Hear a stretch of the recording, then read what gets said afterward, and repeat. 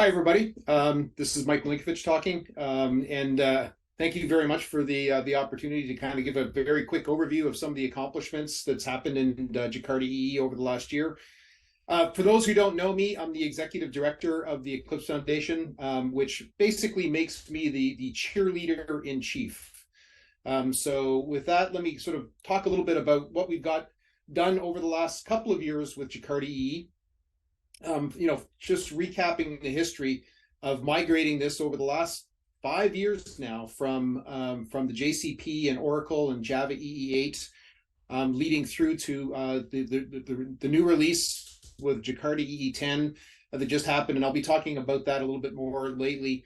I just want to really focus on the fact that this has been an enormous community effort, and it's, of course, there's a group of vendors here that are supporting this, the likes of Oracle and IBM and Red Hat and others.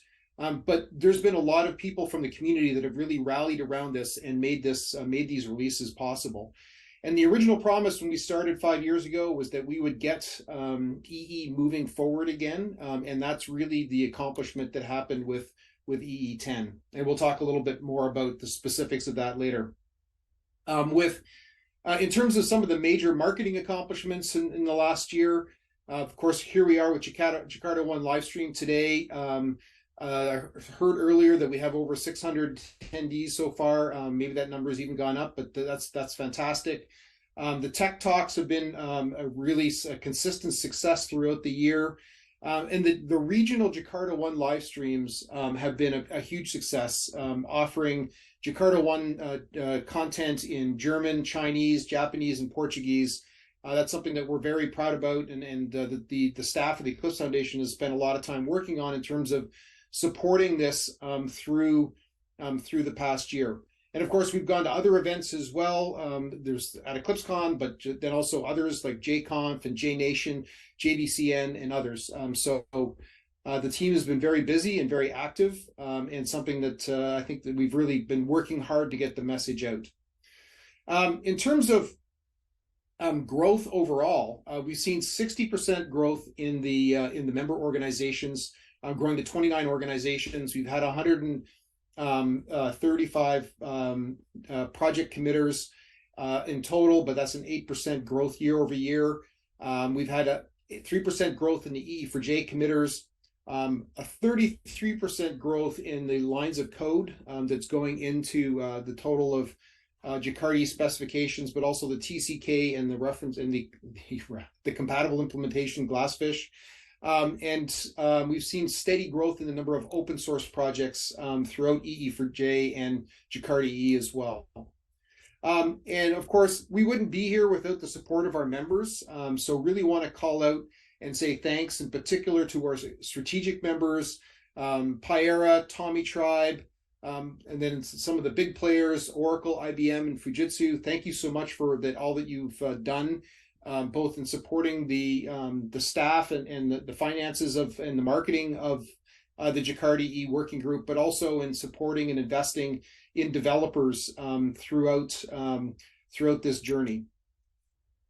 And this has been, I think, the key success that we've seen in reinvigorating the what was known as the Java EE ecosystem.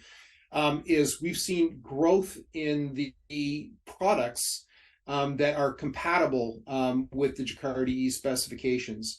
And that's something I think that we're particularly proud about. If you looked at the history of Java EE, the list of vendors that were supporting the specifications had been steadily declining for quite a few years.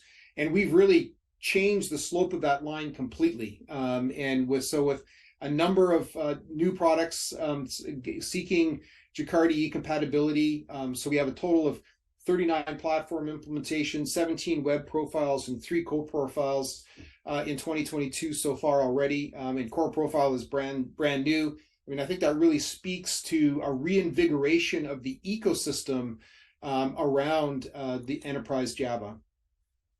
So what do we actually deliver when we talk about a Jakarta EE release? So there's the specifications. There's also the TCK, and I want to call out the work that Scott Marlowe from Red Hat has put into really helping keep the TCK current as we went through the EE10 release cycle. A lot of work went into doing that, and congratulations to the team. It's a real one of the real important things to mention about the success of Jakarta EE is the fact that the TCK is now open source, has made a lot of things simpler in terms of claiming compatibility with the Jakarta EE specifications. And then finally, compatible implementations. Unlike the JCP, we no longer have a normative reference implementation. So compatible implementations are a key part of delivering on the promise of the specifications in the TCK. And I want to call out the work that's happened in projects like Glassfish, but also Open Liberty in terms of providing the compatible implementations that help us make these releases. Of course, all the products that we listed in the previous slide are compatible, but these open source compatible implementations are really what help us get the releases out the door. We've also seen growth in EE4J new projects. So there's been a number of new projects.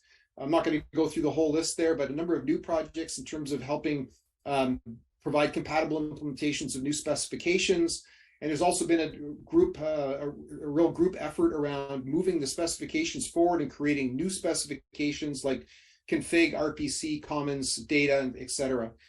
So this is really showing the vibrancy of the community and the ecosystem bringing this code forward.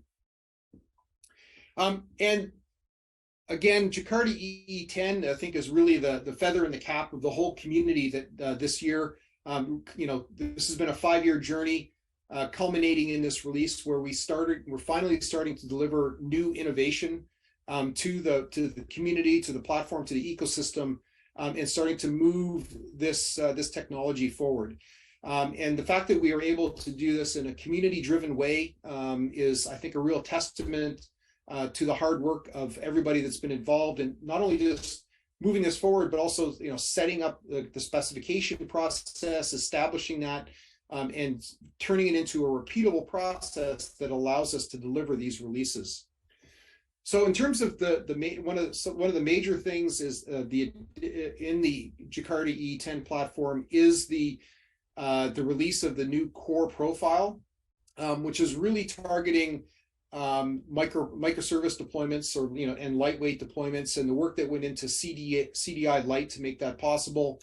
And so in addition to the EE core profile, some of the other features included CDI Lite, which helped make the core profile possible, but also adding OpenID Connect support to Jakarta Security 3.0, moving forward with Jakarta Persistence 3.1 and the RESTful Services 3.1 as well, bringing this code forward and delivering new innovation in this release.